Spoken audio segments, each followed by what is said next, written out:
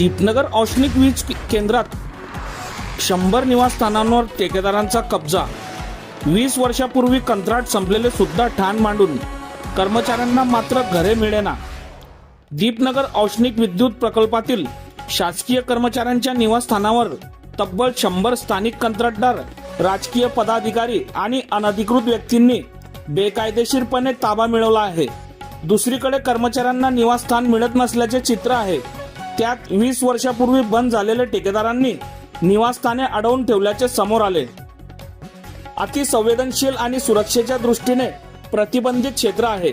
येथील निवासी वसाहती केवळ कार्यरत असणारे अधिकारी आणि परगावाहून आलेले कर्मचारी यांच्यासाठी बांधले आहेत। मात्र प्रस्थापित नियमांना हरताळ फासत अनेक स्थानिक कंत्राटदार आणि व्यक्तींनी या अनधिकृत निवासस्थानांवर कब्जा केला आहे। विशेष म्हणजे गावातील सरपंच सारखे स्थानिक लोकप्रतिनिधींचा समावेश आहे। या सर्व प्रकाराबाबत संयुक्त कृती समितीने देखील तक्रार केली होती, पण त्याकडे दुर्लक्ष करण्यात आले आहे। बघत रहा MH19 न्यूज। मुख्य संपादक श्रीकांत वानखेडे सोबत ब्युरो चीफ जोएब सय्यद, जळगाव जिल्हा, महाराष्ट्र।